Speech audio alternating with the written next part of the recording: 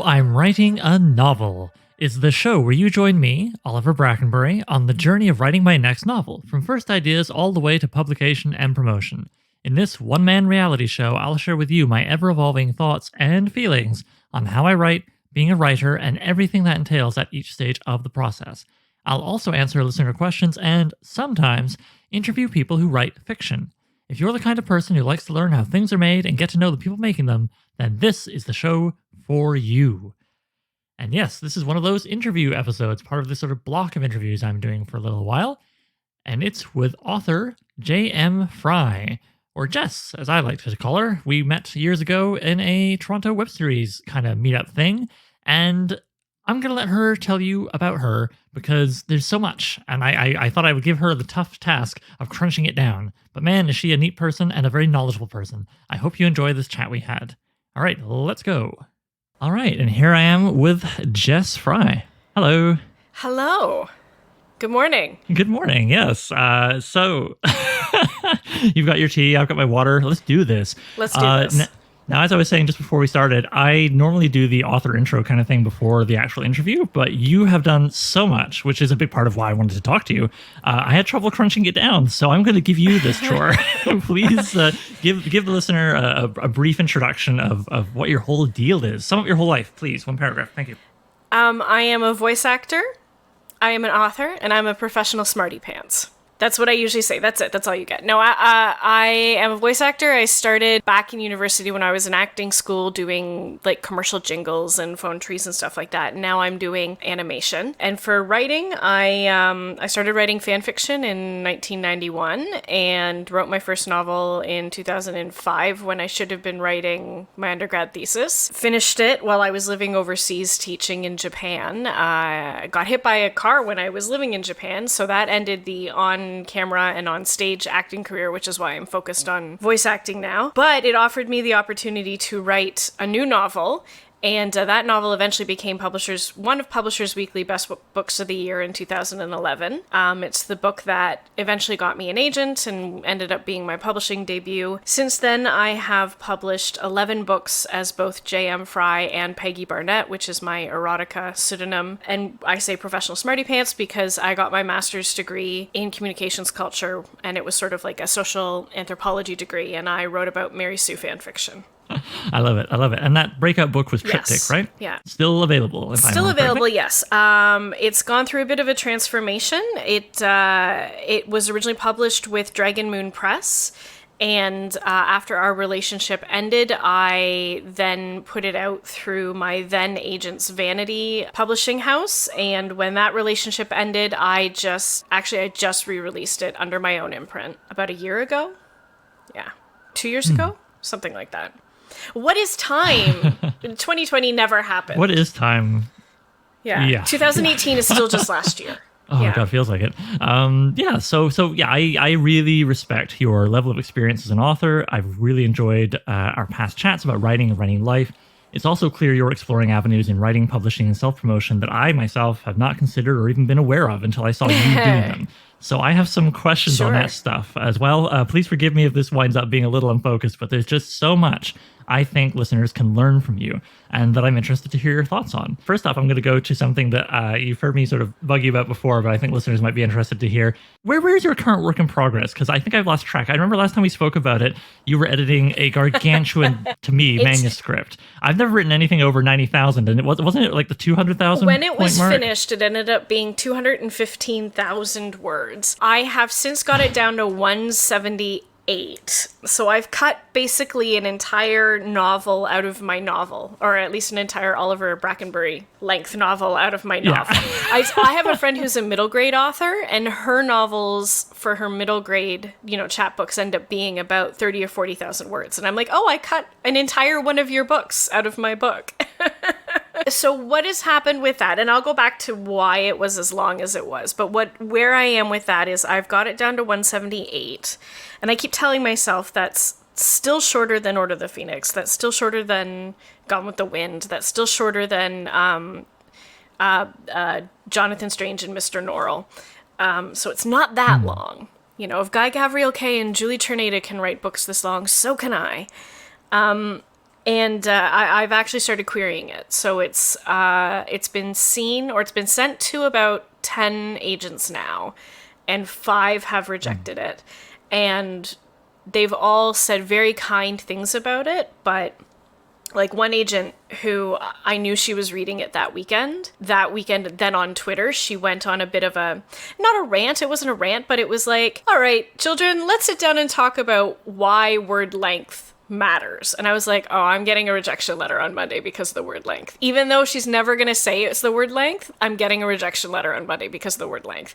And of course, what happened is I got the rejection letter. Oh, I loved it. It was really great. I really love the stories. It's just not something that I can champion. It's just not for me, which means it was the word length. It's so weird that they would think you wouldn't see that thread, maybe, or not care. Maybe maybe she was trying to help me gently learn a lesson or something. It's really interesting because I originally kind of wrote a thread back. I didn't link it to her thread, but I was like, okay, children, let's sit down and talk about the fact that this is the 15th novel I've written. And it's the 16th or 17th, but if I publish it, it'll be like the 12th book that's published. Let's talk about the fact that I know what I'm doing. And it was a bit arrogant, and it was a bit egotistical. And after about a month, I was like, maybe this isn't a good look for me. And I'm going to go and just delete most of that thread, because I'm querying for my third agent right now, and I don't want to give them any reason to be like, this person's a diva, or no wonder she's been through 2 agents already, she's crazy. I don't want to give them any reason to reject me because of that. But I am aware of why word counts exist. But this book wanted to be long. And I mean, for me, the reason that I wrote a 215,000 word book is in part because my 2 previous agents said, you write so long. You always write so long. Your books are so big. Not a single one of my novels, except for maybe Triptych, and even that one I cut a lot out of to get down there, not one of my novels is less than 100,000 words. I have always been a long writer. I don't know, maybe it's because I grew up in fan fiction where you could just keep going. There's no word count on the internet. But I have always been a long storyteller. But you know what? So's George R. R. Martin. So's Julie Cherneda. So's Guy Gavriel Kay. So's J.K. Rowling. So's, I am not the only long writer in the world. And people like big books. Yeah, well, that's something I'm wrestling with, because the fantasy I want to write comes from a tradition that's like 120 pages, Mm-hmm. and right, I'm seeing a lot of fantasy publishers that are saying minimum 100,000.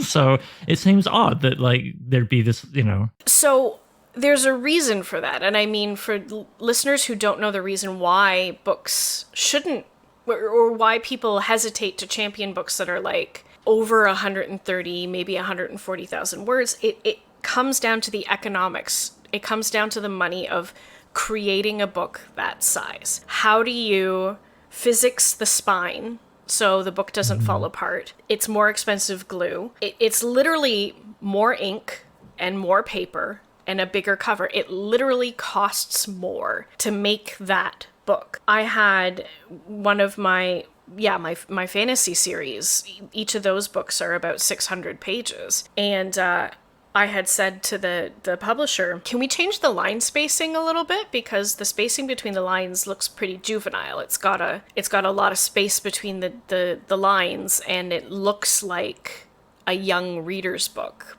because the words are so big and the line spacing's so big. And she was like, yeah, okay, let me fiddle with that. And it cut 200 pages out of the book, and it cut $5 off the cost of producing that book. So if you have like a 600-page book, like 215,000 words would be, 6 page, I meant 600, but it'd be like an 800-page book. If you have an 800-page book, to make any profit on that book, you have to sell that book for like $35. Who's going to buy a $35 paperback? The answer is nobody. So the economics of creating an 800-page book that you're selling for $35 is a no-go for a publisher, because publishers are businesses. Unless you're George R. R. Martin, in which case people will murder their grandmother to have an 800-page book. And they will spend $50 for it because it's George R. R. Martin. So that's sort of the economics about, why you shouldn't write 215,000 word books. But I chose to do it because I have always written long books. And I wanted to write a book for the first time in pretty much like a decade. This is the first book that I have written since Triptych that wasn't pre-approved by an agent or wasn't pitched to someone first. It was just like, I'm just going to sit down and I'm going to write the story I want to tell. For the first time in over a decade, I'm telling myself a story, specifically to tell myself the story. I'm not going to worry about the economics of it. I'm not going to worry about the saleability of it. I'm not going to worry that the content is going to make it hard to sell in mainland China, which is a thing that has been said to me. I'm not going to care about all of that. I'm just going to write a story for me for the first time in a decade. And I'm going to write it till the story's done. And if I end up overwriting the story, that's what editing's for. And that impulse came from, in late 2019, my family lost our matriarch, my grandmother, my mother's mother. And that ended up being a lot more devastating to me than I thought it would be. And then I lost my job. And then I lost a couple of other things. And then some people got sick and someone else died. And I was just living in this pit of grief. And my agent at the time had basically, I had pitched her, I had given her a novel, and she sort of like lackluster shopped it around and just was like, I don't really love this. Can we just shelve it? And I was like, I have spent 2 years writing this book for you. You approved this pitch in 2017. It's now 2019 and you don't care anymore? What am I even doing with you? Like, it's that phrase, if your agent isn't leading you down the path in your career, then they're standing in your way. And then I sent her a bunch of other pitches and she's like, nah, your stuff's so weird, Jess. You write so long. Everything's left to center. I don't understand, And I was like, okay, cool. So this isn't working. And around the same time, I got a new voice acting agent. And it was like, oh, this is what my relationship with my writing agent should be like. Right. I remember. This is what having an agent who believes in you feels like. Okay, I get this. So I parted ways with that agent. And I was just like depressed. I felt like a loser. I felt like I'd ruined my career. And I just thought, screw it. I'm going to write to remember why I like writing. I'm going to write whatever I want. I'm going to write the book of my heart now a decade later. And it's going to be as long as it needs to be. Yeah, so that was a very long and convoluted way of saying my work in progress. It's called 9/10 at this point, from the idiom possession is 9/10 of the law. And it is on query with some agents, and I'm going to give it about a year. And if nobody comes back and says that they want it, then I have a couple publishers who've expressed interest and I can place it with them without an agent, but I would rather have an agent. And if they read it and they're like, oh my God, no, the economics of this book is no way, I'll probably self-publish it and then, I don't know, take a break from writing for a while. Huh. All right, sorry, you danced across many questions I was going to ask you, so wonderful. Well, we can go back to any of them if you'd like. Oh yeah, no, it's all good. That was a wonderfully. This is why I wanted to talk to you, because I know you give great answers to questions. So don't worry, that was amazing. Thank you very much. And actually, it brings me to 2 points I was going to cover elsewhere. We'll have a go with this one.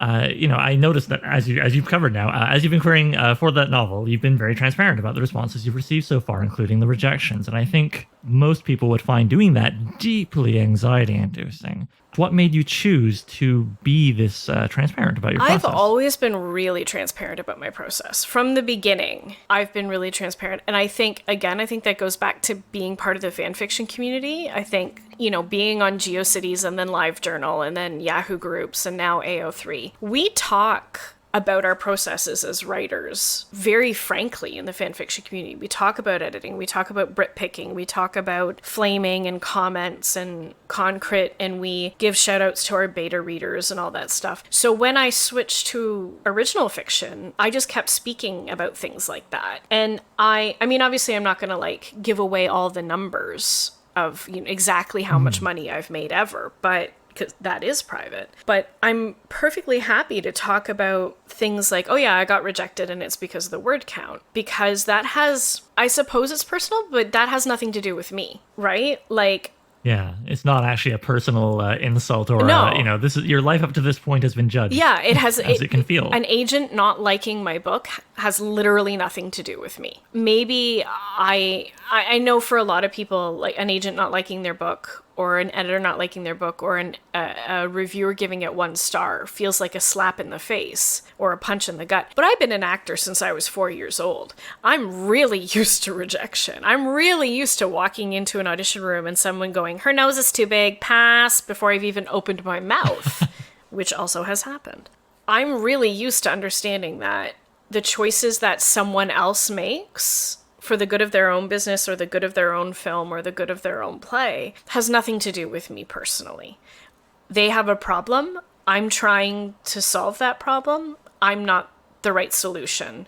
They have to move on and find somebody who is. And it's the same with agents declining books. An agent declining my book because they don't like the queer romance has nothing to do with me. So I'm perfectly happy to tell people why. Yeah, well, I love it, right? I mean, this is one of the 25 reasons I wanted to have you on here and talk with you is because you have what seems to me just a stunningly healthy relationship with this kind of almost like low-level radiation on social media, the pressure to appear perfectly happy and successful at all times, which, I mean, since like, certainly at least since Instagram, we've all been feeling, I think, no matter whether you write or otherwise.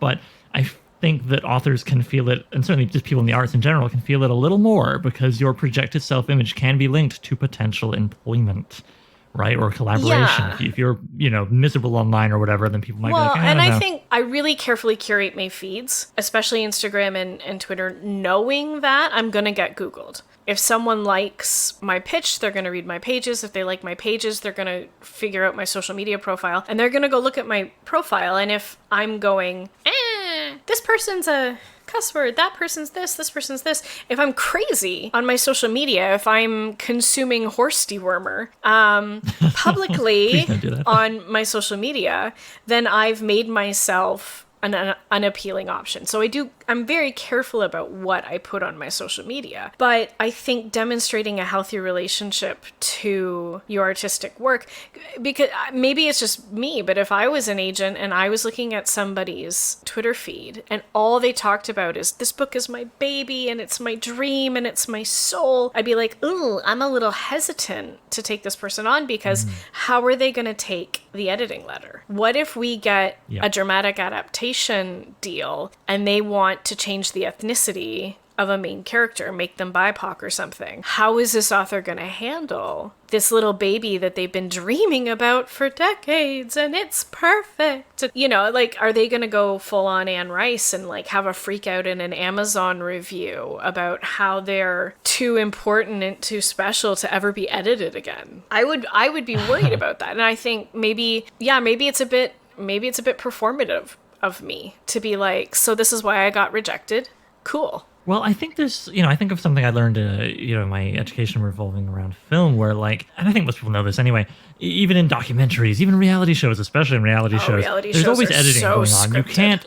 You can't, everything's edited, right? Including your online persona. But I think that there is a sweet spot you can find where you're being honest with people without having to share your bra size or your bank account. Yeah. And I feel like you've really done that. I think people can learn a bit by looking at how your social media works. I also think people can learn a lot from your author website, which for those listening, jmfrey.net. That's jmfrey.net. I'll link to it in the show notes. Honestly, it is definitely one of the best ones I've seen. I've really been looking at a lot of author websites recently and thinking a lot about how my own presence is online and how I want to manage it.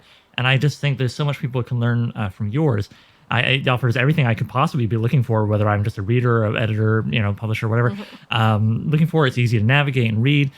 So what do you like? Because obviously you look at other authors. Yeah. We all do. What do you like to see in an author's online presence? And conversely, what are you kind of put off by when you see their site or maybe their social media? I like to see the two most important things as an actor and as an author is that I should know how to give you money immediately and I should know how to contact you immediately. And this goes for artists too. So if you're an artist and you have a portfolio and you want to get hired for graphic novel work and stuff like this, give me immediately, how do I give you money and how do I contact? Because the only reason anybody is coming to your website really is to buy your book or to send you an email to ask you to blurb something or appear somewhere or do a podcast or do a convention, or because they want to contact your agent because they want to inquire about film rights or something like that. And if you don't put that right there, here's how you can give me money, Here's how you can contact me or my representation. What is the point of your website? There's no point in having a website.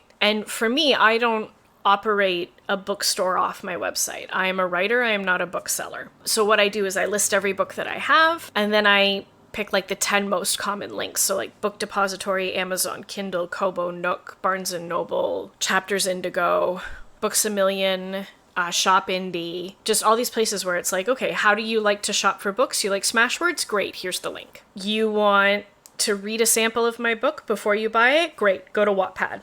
Every book I have has like 2 or 3 chapters up on Wattpad, so you can just go to Wattpad and read it. And I do that instead of hosting it on my own website, because you can subscribe to me on Wattpad. So the next time I release a book, I'll put up another 3 chapters or whatever, and you get notified immediately. So whatever readership I have, if they follow me on Wattpad, they will immediately get notified that I've put up a new sample. Or in the case of the book I'm releasing right now, Lips Like Ice, which is a Peggy Barnett backlist, I'm putting the whole book up. You're going to get to read the whole book for free. You just have to be patient, because I'm only putting up 2,000 words every 3 days. So to me, that's the point of a website. Anything else you put on the website is bonus. And I like a really transparent about page too, because I often answer my writing emails, like my writing business stuff. I do it on my commute to my day job. So I have 23 minutes in the morning and 23 minutes in the evening to be business Jess. And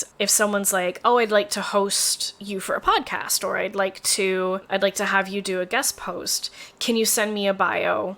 Can you send me headshots? Can you send me a press kit? The other important thing to have on a website, like this is the third most important thing, is a single landing page where you can say, sure, just go to jmfry.net/about, take whatever headshot you want. I save all the headshots with like by name of photographers, so there's no excuse to not credit the photographer. Here's my short bio, here's my 100-word bio, here's my 300-word bio, here's my long bio, here's my press kit, here's my full bibliography, here's my full filmography. Whatever you need to pull for whatever it is that you need information about me for, just go there and pull it, because I only have 23 minutes on my commute, and I don't keep 600 versions of my headshots and 600 versions of my bio on my phone. No, I think it's really wise. And what do you find on the flip side if you look at an author's site or follow them on social media? What can make you kind of go, yeah, and wrinkle your nose or unfollow? In terms of social media, only talking about their books. You are a whole human being, and who you are as a person and how you interact with your fandom or your readership says a lot about you. So people who just are using their social media as like blasting, I don't care. If the first tweet that you put out about your book didn't make me buy your book, the 500th isn't going to make me buy your book. But if you say, oh, I wrote this book about a parrot who solves murders, and then your feed is like 500 videos of your cute parrot bopping out to like whatever the big Lil Nas X hit is this week, I'm way more inclined to go buy your book, because you know what parrots are like. You have a parrot. And when I'm reading your detective parrot book, I'm going to imagine your parrot bopping out on your shoulder to like call me by your name. That I think is very helpful. What else do I hate? Well, people who are just condescending to their readers, people who argue back with reviews, people who... Good reviews are not for writers. Shut up and walk away. Don't read the comments. It's, like Goodreads has this great feature where you can filter by, does the review have text? How many stars does it have? I read 5-star reviews, and that's all I read. And I only read them when I need an ego boost, when I feel bad about myself and I need an ego boost. There are probably constructive things that I can learn from reading 1-star reviews, but it's not going to be anything that an editor worth their salt isn't also going to tell me. In terms of websites, anything that's like just super dated or cluttered, right? I need to go to your website. I need to know how to give you money, how to contact people. I need the about page and who you are. And then if you like run a blog series like I do, I want links to that blog series. I want to be able to easily navigate. How do I? And I mean, I stole from Robert J. Sawyer. When I was first starting out, I saw that on his website, he keeps an archive of every newspaper interview he's ever done, every radio interview he's ever done. Anytime he's done a guest post about like writing advice, he links it all in one clear list on one page. And I was like, excellent. That makes it really easy for me to look up who you are, what you know, if you've given advice about this one particular topic that I'm interested in. So yeah, it just has to be, I mean, KISS, keep it simple, stupid. Just make it easy to navigate, make it clean, make it professional. Yeah. That's good. And actually, speaking of advice, I saw on your site that you sell a world building through culture downloadable guide. Yes. It says on the page, world building is more than maps, which as someone writing a sword and sorcery novel while studying a great many pre-1980 fantasy novels, I found baffling. Well, maybe not, but... So when I run this workshop, I actually call it culture building. But culture building is kind of a weird keyword, and it doesn't show up on Google the way you want it to. So I call it world building through culture. But what you're really doing is culture building. Okay, I like that. Now, we, of course, could easily spend the whole hour on that. It's a wonderful, rich subject. Maybe we should in the future. I would love to do that with you. But the reason I brought this up was to say that you generously give away a great deal of excellent writing advice on your site. I'm curious, how did you make the decision to package and sell your world building through culture knowledge as a PDF on top of offering it as a workshop? The reason is there was this thing called COVID-19, and a pandemic happened, and there were all these lockdowns, and so I give away a lot of free advice. There's over 100 articles in my Words for Writers series on my website, and I'm writing more actually this weekend. And by far the most popular topic that I'm asked to speak at events is this culture building or this world building. And usually I'm given like an hour to try to jam through something that is like a full day workshop. Like if I could teach this workshop the way I really, really wanted to, it would like start at 10 a.m. We would have lots to talk about because every slide of this presentation is like 600 bullet points. And I'm only able to touch on things, and I can see in the audience people's eyes jumping open and their eyebrows bouncing, and they're going, oh, I didn't think about that. Oh, I didn't think about that. And I'm slamming them over and over again with, oh, I didn't think about that. So instead of being able to take the time to be like, oh, I didn't think about that,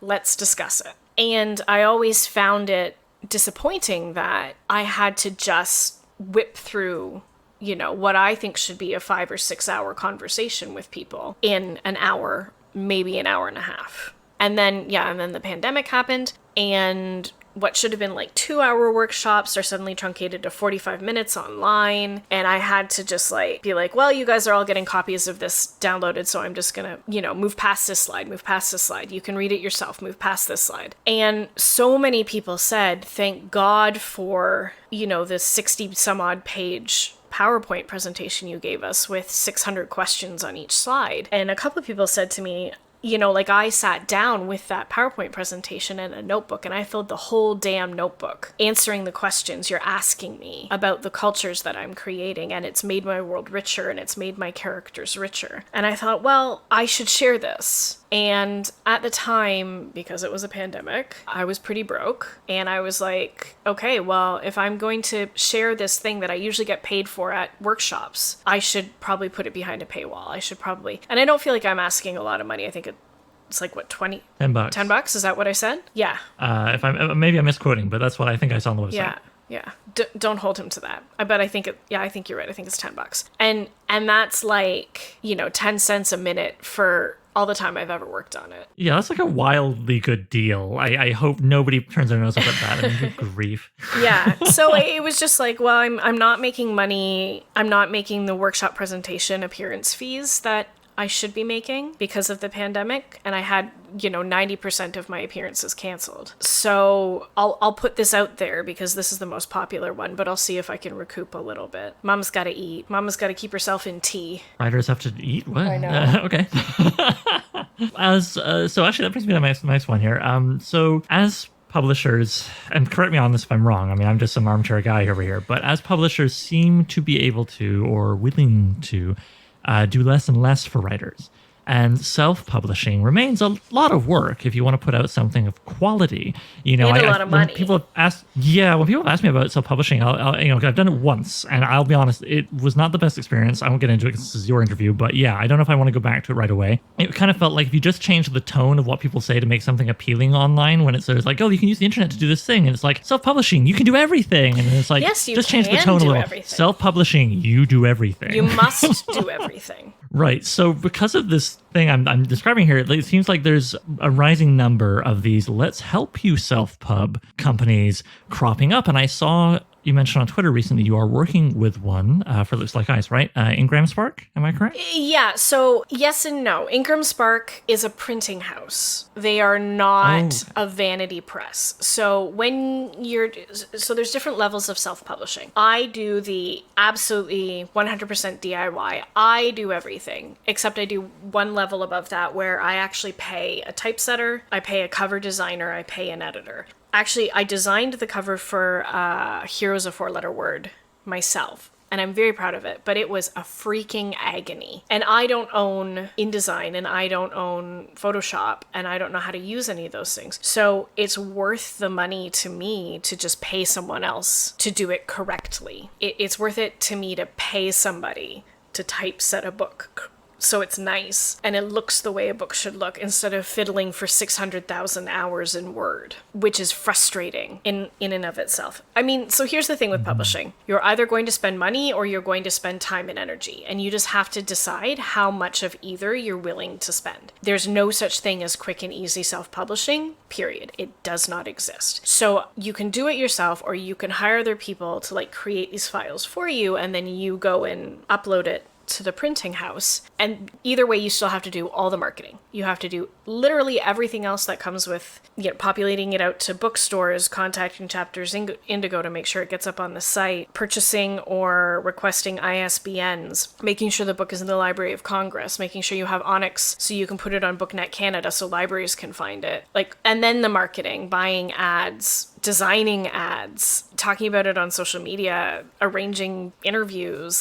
You have to do that all yourself. So then the next level up is vanity press, vanity publishing, where there are companies that will, for X amount of money, we will typeset your book, give you a cover, help you find a blurb, guarantee one newspaper interview, and do 500 tweets. Now, some of these sites, some of these companies are legit. They're just people who want to help you. Some are raging scams. You have to figure that out, and you have to do your research. And I really recommend Victoria, is it Schwab? Writer Beware on the SIFWA website. Please link that for everybody, because it's a very, very important blog. And it has saved my skin more than once. writerbeware.org, I believe. And it's basically this group of people who are volunteers who, every time they hear about a scam, or if they hear about an agent operating in bad faith, or they hear about a publisher who is failing to pay royalties, they talk about it publicly. And it's a very searchable database. So you can be like, okay, I got a publishing offer from this small indie press. Am I going to get screwed? You can look it up. Well, it sounds like a great resource. It's a wonderful resource. God bless the people who run it and fund it. So vanity presses, if you have the money to just be like, go do it for me, if you can find a good one that delivers on what they promise, that's a way to self-publish. But you have to give them money instead of time and energy. And you're still going to have to do time and energy. And you're still going to have to do money elsewhere. But you can give them money. Actually, my great uncle published a book through a vanity press, and it's a beautiful little book. He published his memoirs about 10 years ago when he was in his mid-80s. And now he's in his mid-90s, and, the book is in a museum, and it's in the local library. It's a great book. And then there's traditional publishing. So then that's where, for a small press, you don't need an agent to submit to them. And they will basically, you don't have to pay them anything. They're going to pay for everything. But in return for them paying for everything, you only get 15% of the profit, which to me seems pretty fair. You're going to pay the typesetter. I mean, typesetting's between $2,000 and $5,000 for a novel. A really good cover is about the same price. So if you're going to put that out and I don't have to, sure, keep 85%, I can't math, 85% of the profit, because you put $10,000 into my book. Sure. Do you still find when I was getting my first book out, my first book was with a proper publisher, but it was a smaller one, I suppose, and maybe something about the cover just rubbed a reviewer wrong. But I remember a reviewer I sent the thing to look at. They were like, "Is this a vanity press? I don't review those." And is that still like a big stigma, or did I just find an oddball? Do you think? I think it's less of a stigma than it was, but there are a lot of people who review professionally now, like they've, like a social media influencer, they've become a professional bookstagrammer or whatever. And reviewing crap is a waste of everyone's time, right? And people do judge a book by its cover. Like Triptych won all of these awards, but Chapters refused to stock it. And I finally managed to pin somebody down, and I was like, listen, why aren't I on the local author shelf? Why aren't I being invited to these things? It was named, one of the Advocate's best overlooked books of the year. It was nominated against Robert J. Sawyer and Margaret Atwood for a CBC Bookie. Like, what's going on here? And they were like, it's ugly. Sorry. The cover is ugly and we could never sell it. We would stock it and it would be garbage because we would never sell it. And because you're with a small presses do print on demand. So Ingram Spark, to go back to this question, Ingram Spark is a print-on-demand company. They're just the printer. They have nothing else to do with the book world. They just print books. But Ingram Spark does not accept returns. So the big 5 publishers own their own printing presses. So Penguin, Random House can print 5,000 copies of a novel and send them all scattered to all these different bookstores. And then after a year or 2, if the books are still hanging around and nobody's buying them, those books are their remains, right? The remains of the print run. So those books are remaindered. If books are remaindered, they go back to the printer, and the printer either pulps them and recycles them and makes new books with them, or they send them out again to like Dollarama and Walmart and Costco and these places where they can sell the same book for like $10 because they've already made their money on it, right? Print on demand does not accept remainders. You cannot return, bookstores cannot return remaindered or remains from a print run. So if a bookstore buys 100 copies of My Ugly as Sin novel and they don't sell any of them, they are stuck with 100 copies. Unless I go in, which I have done, unless I go into that bookstore and I personally buy them, so I can sell them at conventions and stuff. And unfortunately, authors have no say on their covers. And the piece of art that was on the cover of Triptych was a beautiful painting. It was a beautiful piece of art. It was very emotional. It had this lovely expression front and center, but it depicts a scene that doesn't happen in the book. That never happened in the book. And I did not have a say on this cover. I did not get to veto it. I was asked my opinion. Do you like this or this? Here's 3 sketches. Which of these? And I was like, they all miss the point. This is not the tone of the book at all. And the marketing department was like, we disagree. So we're going to do whatever we want. Yeah, that's rough. And that was part of the reason that after we had hit all the, when we basically hit everything that I needed to invoke the sunset clause with that publisher, things like, like it won it was nominated for all these awards and it got all these praise, all this, online praise and stuff like that. None of that's on the cover. I was like, are you going to put, like, is a Lambda Literary Award nominee. That means something. That's like the Oscars of queer lit. Are you going to pay to put the medallion on the cover? No. We don't have the money for them in the marketing budget. Okay, can we change the cover at least? Because, Chapters doesn't want to cover it because they say it's ugly as sin. No. Okay. And it just got to the point where the book vanished out of the public consciousness, and I had low enough sales that I could invoke the sunset clause and get the book back. And then actually, the way I have the cover that I have now is I was going out for drinks with some web series friends, and I was saying, oh God, now I have to design a whole new cover. And Rodney V. Smith and Adrian Kress, who are both in the acting world, were like, we like to play with book covers. Tell us what you want. So I kind of told them what I wanted, and the next day Rodney was like this? And I was like, yes, can I have that, please? And that's how the new cover happened. Wonderful. This is why you should have friends in the arts. Yeah, No. or at least friends with Photoshop. Not the only reason. Seriously. Yeah. Oh, that's awesome. I'm glad to hear that sort of happy ending there for the cover, because I can see how deeply frustrating that would Oh, be. it was so frustrating. And I mean, the thing with small presses is, again, I'm more than happy to like only take my 15% because they're putting all of their own money into it. But the minute somebody else is participating in creating the product, now there are other opinions. Now there are things that you're not in control of. Now there are different choices. And I'm not saying that the writer's idea of what the cover should look like is always the correct one. My original idea for the cover of The Untold Tale was, compared to the one we got, I was like, oh, I was so wrong. You were so right. This is so much better than what I originally pitched. Bravo. I'm not saying that the writer is always right, but the minute you start giving up control, you start giving up control. And the price you pay for other people's money making your book is that you no longer have veto. You no longer have all the power. But that's fine because I trust these people. This person is a professional cover designer. This person is a professional marketer. I am neither of those things. So I'm more than willing to be like, oh, okay, you think that the cover should be this and you're a professional cover designer who studies covers and looked at every fantasy book that's coming out this year? Great. I trust you. You're an expert. I am not. And I'm willing to pay that money or to not make that money so you can get paid as an expert. So we touched upon this a little bit earlier, but I know you said about how you're using both Radish and Wattpad for serialized publishing platforms. For those who aren't familiar, for your novel Lips Like Ice, and I was intrigued to see. I think it's a day or two ago on Twitter, you were saying how the book is getting a reprint this month, as we're recording. This is September 1st, available new paperback and ebook editions. However, it will also continue to be free to read until the end of the year on Radish and Wattpad. How did you decide to use this particular model for this particular book? And, isn't giving away your writing bad?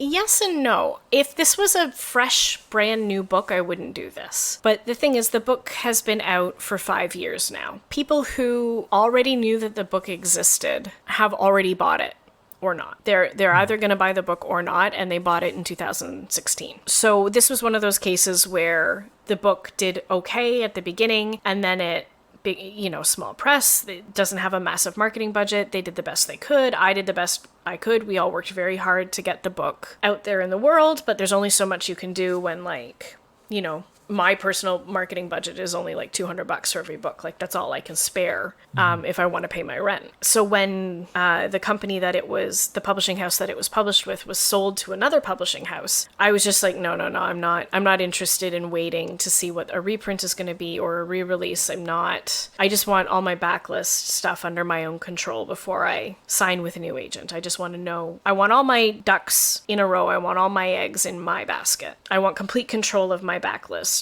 before I sign with a new agent. So yeah, I was just going around invoking See, I sound so Machiavellian. I was going around invoking every sunset clause I could, but the ones that make sense. Sensible. Yeah. And then there's no point in pulling back a product and then letting it collect dust. It makes sense to just put it straight back out. So I just had a friend typeset it for me. I hired a new cover designer to just put a nice new cover on it. There was some back and forth with Ingram Spark because I was having issues with the files, but Ingram Spark was phenomenal there was a help desk IT person who sat me down with screen caps and explained everything where I was screwing up each time. They're really great. And so the book is back out. And I decided...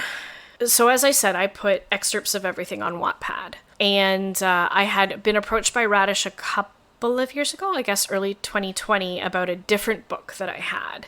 And so I had that book on Radish. I have other books on Wattpad, and then this book I knew I could put on both for free. Okay, so it's not like you were looking to put you wouldn't be if you wouldn't put your work in progress chapter by chapter on people Wattpad do that. Ever. People do I see that. it all the time. I would never be comfortable doing that. Because I could be writing something in chapter 20 and be like, oh, actually, no, if I'm going to do this, then I have to go back. So then I would go back and rewrite something in chapter 2. My book's not done until it's done. I could never, ever, ever. And I don't write in order is the other problem. I don't write chapter 1 and then chapter 2. I write this scene in chapter 3, and then I write the ending, and then I write the beginning, and then I change my mind about where the book begins, and then I write that big pivotal scene. I say that I write like laying a garden path. I know where I want it to start. I know where I want it to end. I know where all the big cool rocks are, and I place all the big cool rocks and I move them around and I play Jenga until I like the shape of the path and the pattern of the big cool rocks. And then I go in and I fill in the gravel. So I could never post a work in progress because it would never be in order. Would you also be concerned perhaps about then trying to sell it later? When I was running this whole, so I'm running a novel thing by you, we were talking a bit about Patreon and about how some people put like early drafts on there and stuff like that. The thing is, once something is published, it's published. So once it's out there, a publishing house can't make money on it because it's out there for free and people have already read it for free. And that's the reason that I'm serializing these books, because it's already out there. The book has been out for 5 years.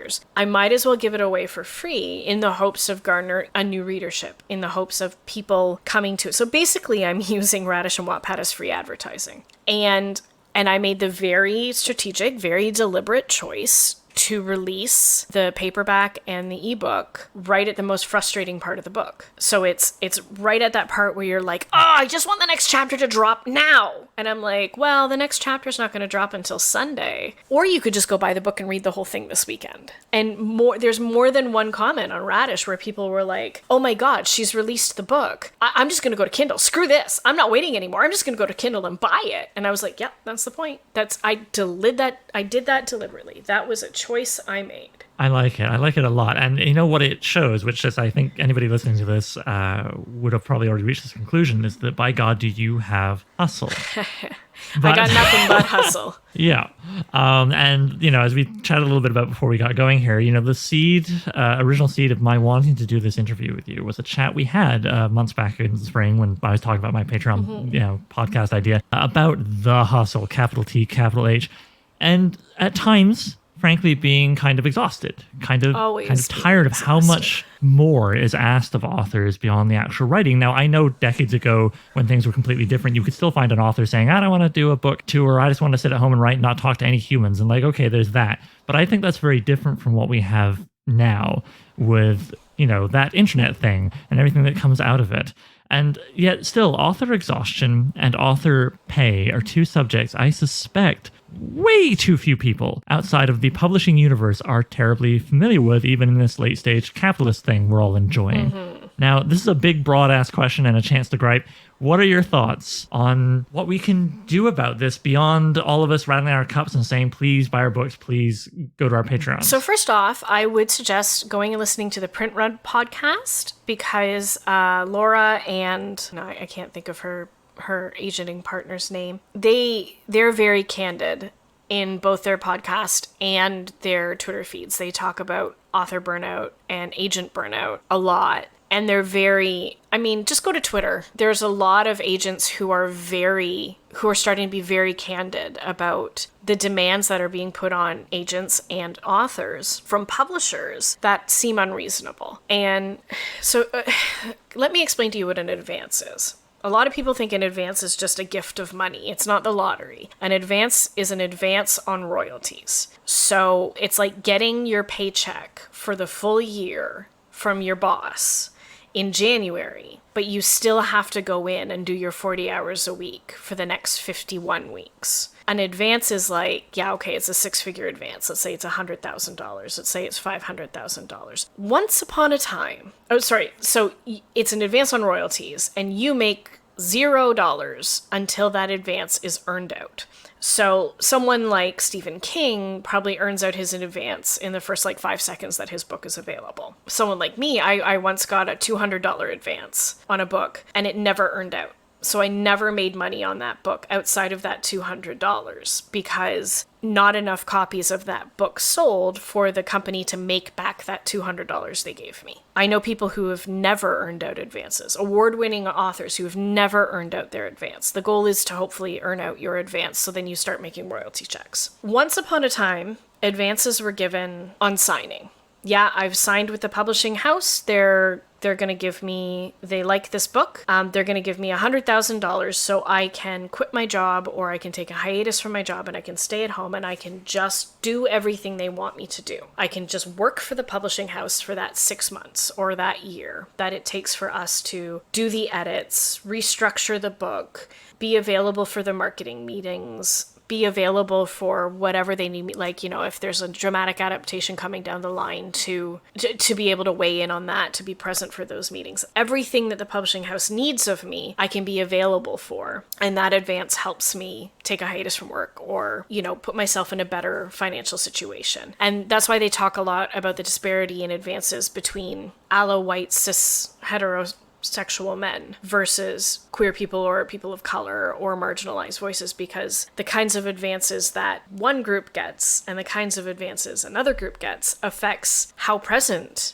and how relaxed and how much an author can concentrate on the work. Because if a white man made $300,000 for an advance and a black man made $300 for an advance, but they're both expected to do the same amount of work, who's struggling more? Who's gonna have, So that's why there's a lot of conversation about the disparity in advances between different marginalized groups.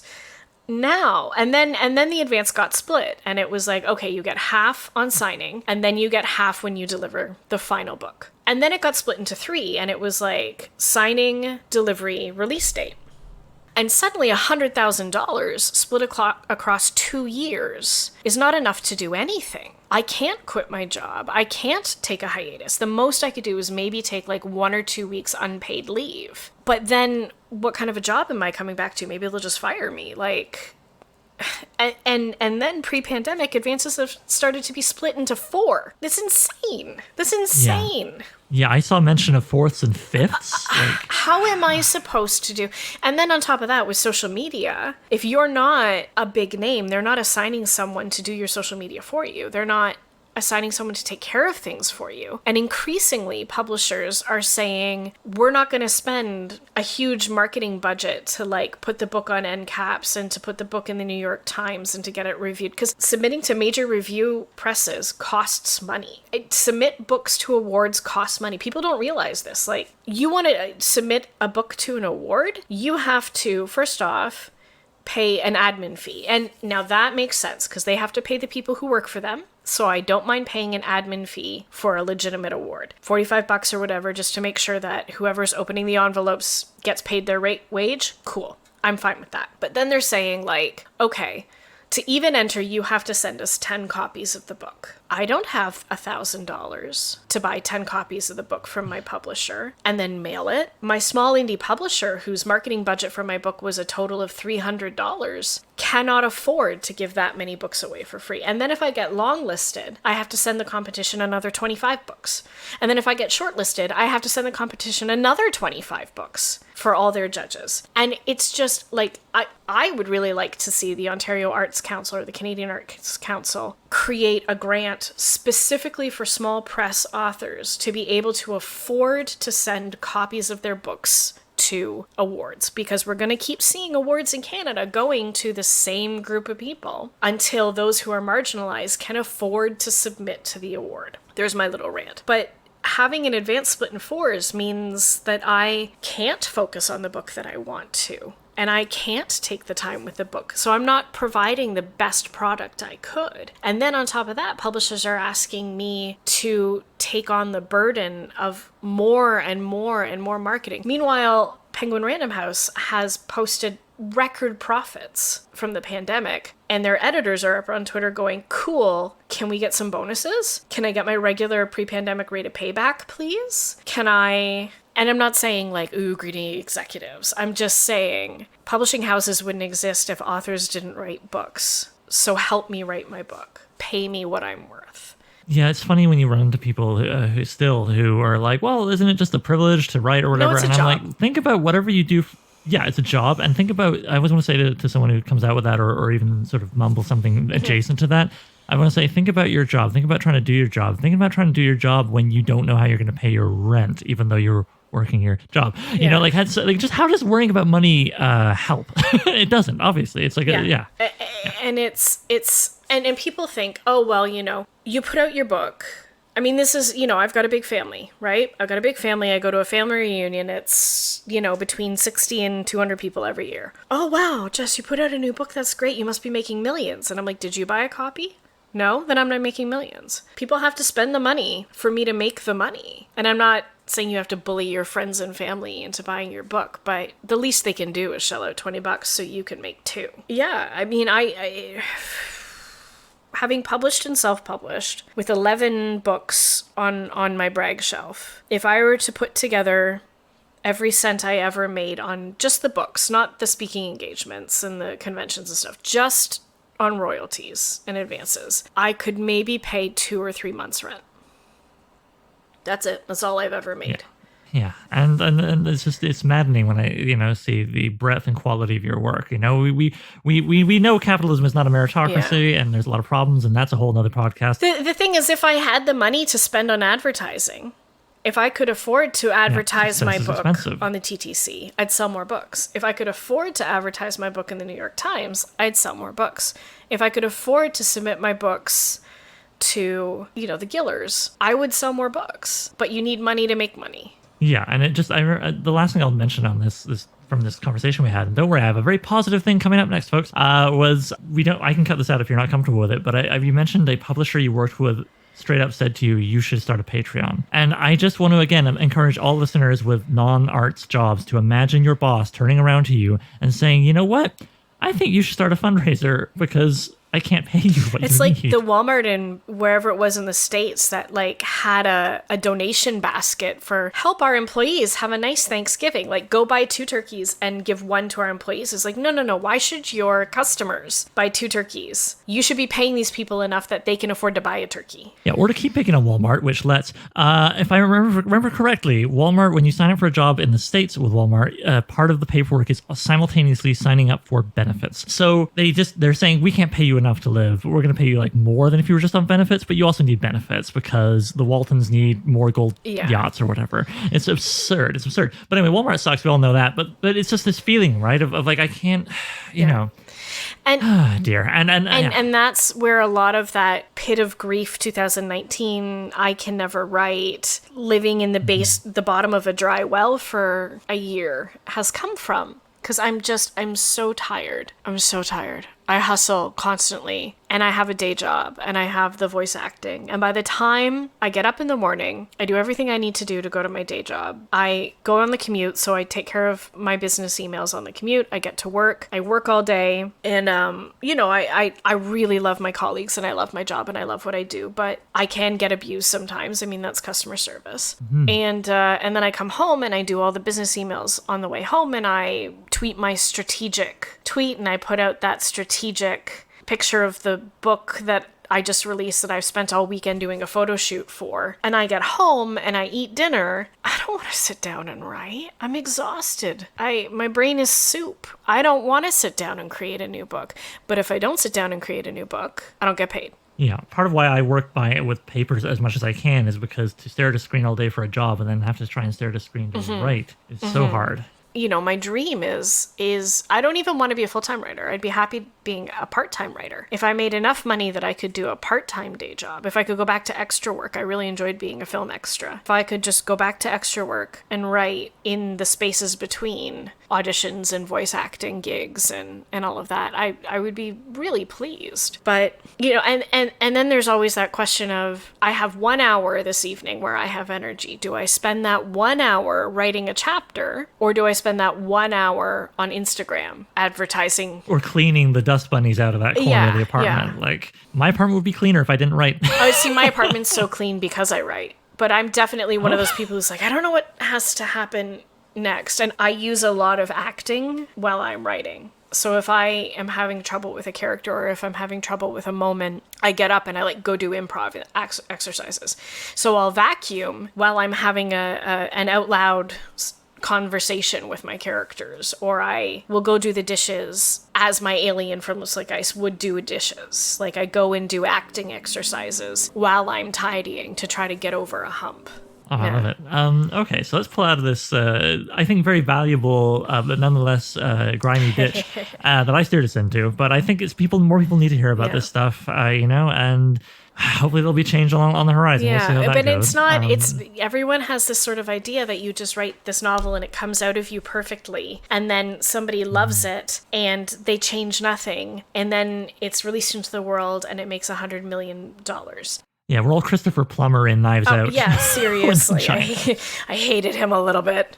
But I just, like, watching writers in films, I'm like, ugh. Because, yeah, okay, there's that whole sitting there and being like, I have to choose the right word. Is this the right word? I'm going to spend an hour flipping through a dictionary. But I find what a lot of writing is writing a bunch of stuff and then going, none of that works. Delete, try again. Or you get to the end of the book and you're like, so there's that Neil Gaiman quote, in the first draft, write everything that happens. In the second draft, go back and make it look like you knew what you were doing all along. It's a lot of stuff like getting to the end of the manuscript and being like, okay, cool. Now I have to go back and seed in all that foreshadowing. So that takes a week to go in and check every chapter and make sure all that foreshadowing is correct. And then being like, oh, okay, but I changed this character. I don't want him to be so aggressive. I need him to be a little more sensitive. So then you go in and you change all of that again. And it's really difficult because you have to keep an entire world and an entire story in your head for years. And then you have to make sure it's all internally consistent. And that's why even the greatest writer needs an editor, because who knows when an editor reads it for the 400th time and goes, wait a minute, wasn't the car red? Isn't the whole point of the whole novel that the car's red? And in this scene it's purple? You're like, ah! Yeah, and as a reader, you can always kind of tell when like a particularly big author reaches the point where editors are reluctant to say no to them. Yeah, we've all been there, I think, so no need to go in detail. The Goblet of Fire, you mean? No comment. Yeah. But yeah, okay. So then let's tie this a bow on this with something a little more positive, which is as you mentioned, you started writing in fan fiction, and one thing that I loved when I was investigating your site was you have a section for the fan art and other creations done of your work, and like how charming was that when you started to get it? I loved it. Could you, if you remember, what was it like when you very first got a piece of fan art or fan writing? So the very first piece of art I ever got was from my former roommate. His name is Chris Winkler. He actually ended up illustrating the map on the flyleaf of my fantasy series.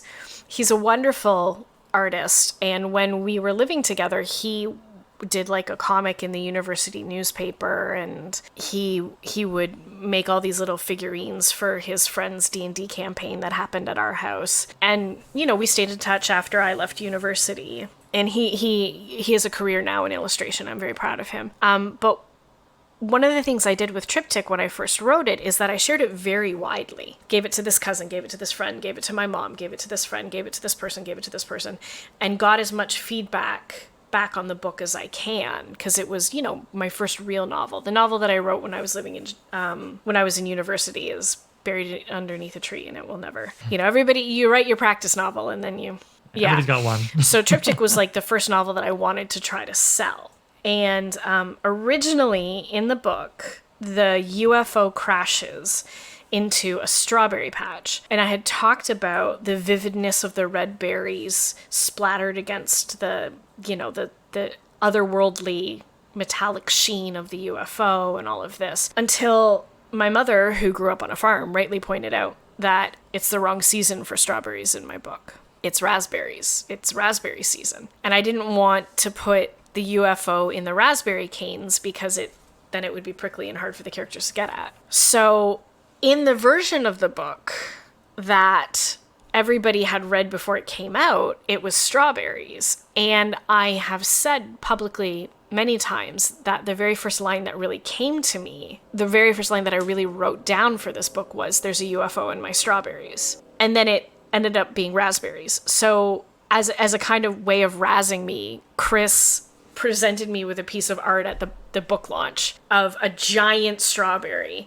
with a tiny UFO smashed into the side of it and a little farmhouse on the top, but he titled it Raspberries. And that was the first piece of art. And it's actually on my wall. None of you can see this because this is a podcast, but it's on my wall in my dining room. And the wall in my dining room is actually a gallery. Every time I commission or receive a piece of art as a gift, I get it professionally printed and framed. And I put it up on my wall. And my wall's pretty full. And I'm pretty proud that what I have written has inspired people to create art. I mean, that's what I love about fan fiction is it's not passive consumption and it's not collective consumption. It's not just buying the action figures and wearing the jerseys. It's productive consumption. It's you love something so much that it bursts out of you as art, as cosplay, as filk, as songs, as poetry, as comics, as prose. And I think there's just something so beautiful about productive consumption. Yeah, no, I agree. There's a lot to be inspired by looking across your website and your career. And I must confess, I deeply fantasize about the first time I'll get fan fiction or fan art or anything, if assuming I will. The first fan fiction was the one that I was like, ah! And because I had already published the book and I had no plans on writing a sequel, I read it. There was some stuff that was done for a series that I was in the middle of, and I was like, I can't read this, I can't touch this, I can't go anywhere near this fan fiction for legal reasons, just in case I'm accidentally inspired or it seems as if I'm inspired, even though I never read it. But yeah, as soon as I published the last book, I was like, okay, now I'm going to go read that fan fiction. Awesome. Okay, so we've gone over time, but I was happy to do it. Obviously, we'll have to have you back at some point in the future to deep dive on some other stuff. I would love to do that. So this is where we're tying off here. Please, oh, my cat sneezed. That's in the recording. Great. Please tell the listeners, we have a little bit, but just in the brief, rat-a-tat, plug your stuff. What have you got going on? And other than jmfrey, Frey.net, where should they look for you online? They can find me at Twitter and Instagram. So Instagram, it's at j.m.frey. Twitter is scifrey, SCIFREY. Yes, I chose that as my username to try to trick people into saying my surname correctly. It's always funny when people are like, Frey? And I'm like, no, Fry. It's a joke. Say my name right and you'll get it. But my last name is incorrect. Because of family reasons, we actually changed the pronunciation of our surname to separate from a different branch of our family. So I am the one in the wrong, and I'm aware of it.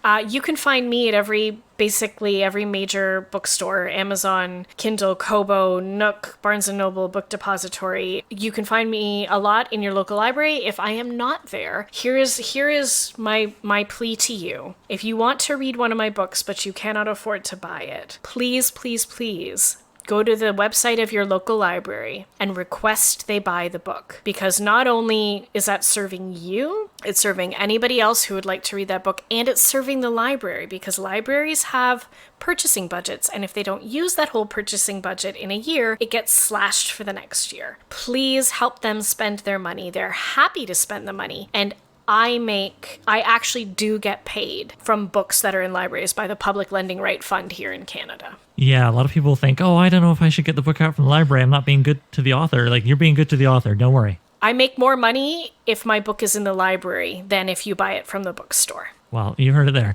All right, so piles of wonderful wisdom from Jess, and thank you so much for being on. Oh, thank you. I really enjoyed this conversation, and I'm going to hold you to bringing me back. Totally going to happen. I'm going to need lots of interviews when I'm at a point in my project where it's hard to talk about it on the podcast. Fair. That sounds terrible. I'm going to need filler. Anyway, I'll cut that out. I'll come be your filler. That's fine. Thank you. All right. See you later, Jess. See ya. Thanks, Oliver. So I'm Writing a Novel features original music by Gloria Guns and is hosted by yours truly, Oliver Brackenbury. If you'd like to submit a question, then please email it to soimwritinganovel@gmail.com. Bonus points if you record yourself and send me an MP3 I can cut into the show. Doesn't have to be fancy, using your phone is fine, just keep it clear and concise. You can also holler at the show on Twitter. Look for @so_writing, that's @so_writing. Please consider sharing the show with anybody who might like it, leaving a review on iTunes, and checking out patreon.com/soimwritinganovel.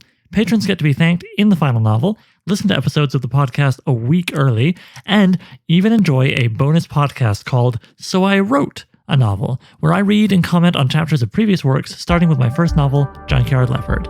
Thanks for hanging out with me, and I'll see you soon.